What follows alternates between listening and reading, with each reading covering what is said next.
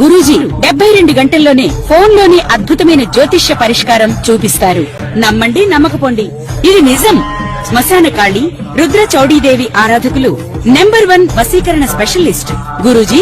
మనిషి పుట్టుక నుండి చనిపోయే వరకు వచ్చే అన్ని క్లిష్టమైన సమస్యలకు పరిష్కారం ఇక్కడ లభిస్తుంది. విద్య, ఉద్యోగం, వ్యవహారం, స్త్రీ ప్రేమ, పెళ్లి, సంతానం, స్త్రీ పురుష వశీకరణం, భూవశం, భార్యాభర్తల కలహాలు, కోర్టు సమస్యలు, విడాకుల సమస్యలు, చేతబడి, అప్పుల బాధ, ఇంకా మీకు ఎలాంటి సమస్యలు ఉన్నా 72 గంటల్లోనే. అందరికీ నమస్కారం. ఓం గం గణపతి నమః. ఓం నమః శివాయ. ఓం శ్రీమాత్రే నమః. జ్ఞానానందమయం దేవం నిర్మల స్ఫటికాకృతం ఆధారం సర్వవిద్యానం హయగ్రీవం ఉపాస్మయే. సో ఈసారి వెరైటీగా మనము ప్రతిసారి చంద్రుడు, కుజుడు, శుక్రుడు, గురు సంచారం, శని సంచారం ఇవే చేస్తూ ఉన్నాం కదా. కుజ శని సంచారం ఇవన్నీ బాగా ఎక్కువ చేసాం కదా. సో ఇప్పుడు ఏంటంటే మనము రవి రారాజు, మనకి నవగ్రహాల్లో రారాజు ఎవరు అని అంటే రవి అంటే సూర్యుడు. సో ఈ సూర్య సంచారం గురించి మనం తెలుసుకుందాం. సో ఇప్పుడు ఏంటంటే రవి సంచారం మనకి కర్కాటక రాశిలో జూలై 16వ తారీఖున జరుగుతుందన్నమాట. సో ఎప్పుడైతే రవి సంచారం మెయిన్గా 2 రాశుల్లో జరిగినప్పుడు కాలగణన మనం చూసినట్టయితే కాలం మొత్తం పెద్ద మార్పులోకి గురవుతుంది.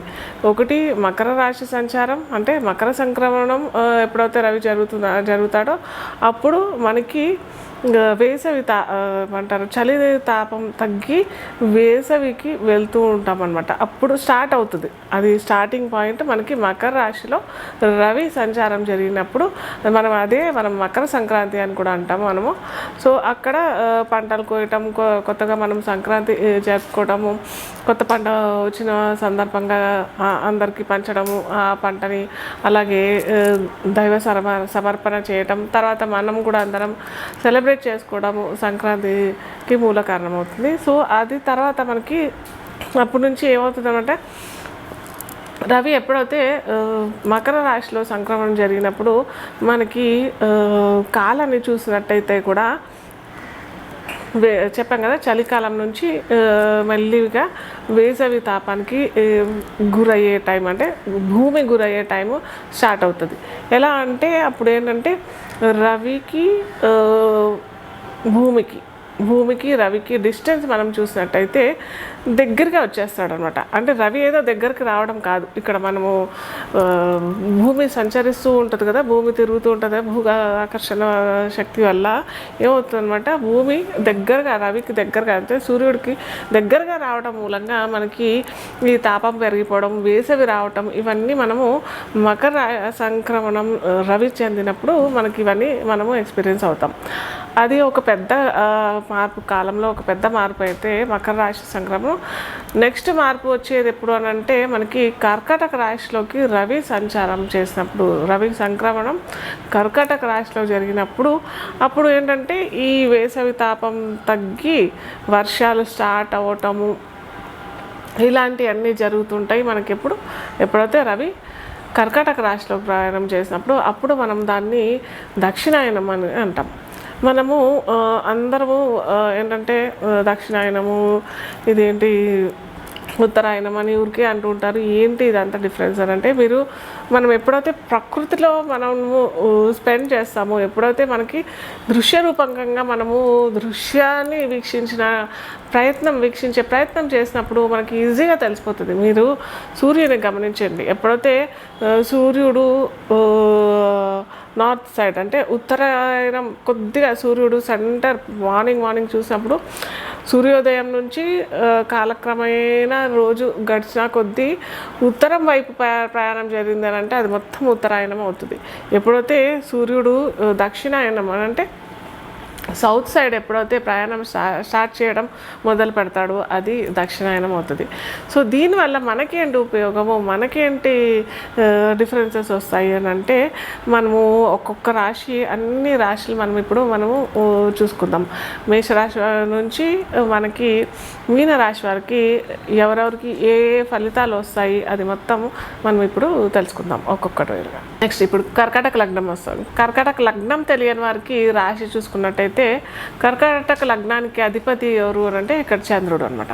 చంద్రుడికి రవికి మనకి భచక్రంలో రెండు రాశులు అధిపతి, రెండు రాశులకి అధిపతి ఒకే ఏకాధిపత్యం వచ్చిన రెండు రాశులు అవి ఏంటంటే కర్కాటక రాశి మనకి ఇంకా సింహరాశి.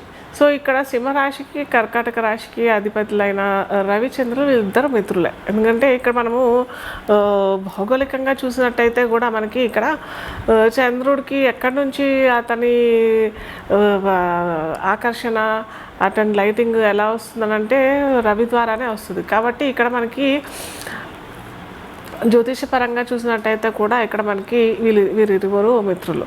సో ఇక్కడ ఏంటి, కర్కాటక లగ్నానికి రవి మిత్రుడవుతాడు, అలాగే రవి ఇతనికి ద్వితీయాధిపతి, కుటుంబ సౌఖ్యాధిపతి కూడా అవుతాడు. కాబట్టి ఇక్కడ అలాగే మనం చూసుకున్నట్టయితే మనకి ఇక్కడ గురువు కూడా ఉన్నాడు. ఇక్కడ గురువు రవి యాక్చువల్గా మనం ఇది ఏమంటామంటే రవి పుష్కర యోగం అని అనుకుంటాం అనమాట.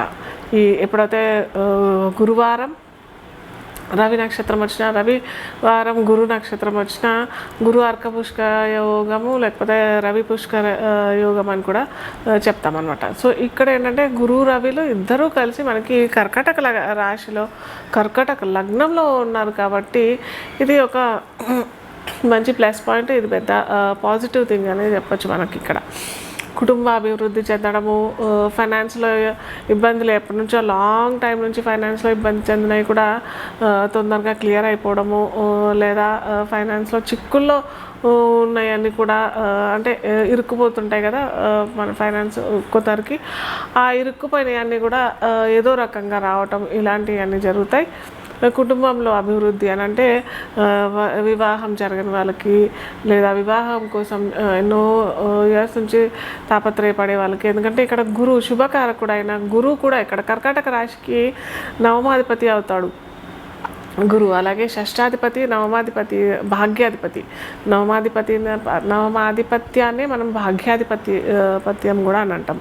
సో ఇక్కడ భాగ్యాధిపతితో పాటు రవి ఉన్నాడు కాబట్టి ఖచ్చితంగా అది దానికైతే ప్లస్ అవుతుంది. వివాహానికి సంతానకారకుడైన గురువు కూడా ఇక్కడ ఉన్నాడు కాబట్టి సంతానానికైనా ఇబ్బందులు జరిగినట్టయితే కూడా ఇది మంచి సమయం అని చెప్పవచ్చు. అలాగే మనకి ఉద్యోగస్తులు వాళ్ళకి చూసినట్టయితే మటుకు అటు గవర్నమెంట్ వాళ్ళకైనా కానీ అటు ప్రైవేట్ రంగంలో ఉన్న వారికి కూడా ఇది చాలా కర్కాటక రాశి లగ్నం వారికి ఓవరాల్ అయితే ఈ రవి దీంట్లో ఈ సంచారం జరగడం మటుకు మంచి ప్లస్ పాయింట్ అనే చెప్పవచ్చు. మంచి సత్ఫలితాలు ఇచ్చే టైం అనే చెప్పవచ్చు ఈ టైము. కాకపోతే చిన్న అనారోగ్య సమస్యలు కూడా రావడానికి వీలు ఉంటుంది. ఎందుకంటే ఇప్పుడే స్టార్ట్ అయిపోతుంది కదా, ఏమంటారు వాతావరణంలోనే పెద్ద మార్పు కూడా జరుగుతుంది కాబట్టి మనకి ఎగ్జాక్ట్గా కర్కాటక రాశికి ఎప్పుడైతే రవి వస్తాడో సో చిన్న అనారోగ్యాలకి కూడా గురయ్యే అవకాశాలు చాలా ఉంటాయి. కాబట్టి కొద్దిగా ఓం భాస్కరాయ నమః అనేసి రోజు ఎవరికైతే అనారోగ్యానికి గురైన వాళ్ళు లేదా చాలా సెన్సిటివ్ కూడా ఉంటారు కదా బాడీకి, వర్షాలు పడగానే తుమ్ములు దగ్గులు ఇవన్నీ వచ్చే అవకాశాలు కూడా ఉంటాయి కదా, అలాంటి సెన్సిటివ్ బాడీ ఉన్న వాళ్ళకి, సెన్సిటివ్ హెల్త్ ఉన్న వారికి ఓం భాస్కరాయ నమః అని నామం 108 సార్లు చేసినట్టయితే చాలా మంచి ఫలితాలు వస్తాయి. చిన్నపిల్లలు చేయలేరు అని అంటే వాళ్ళ తల్లిదండ్రులు చేసుకున్నా కానీ చక్కటి ఫలితాలు వస్తాయి. ఇది ఈ కర్కాటక రాశి ఫలితాలు.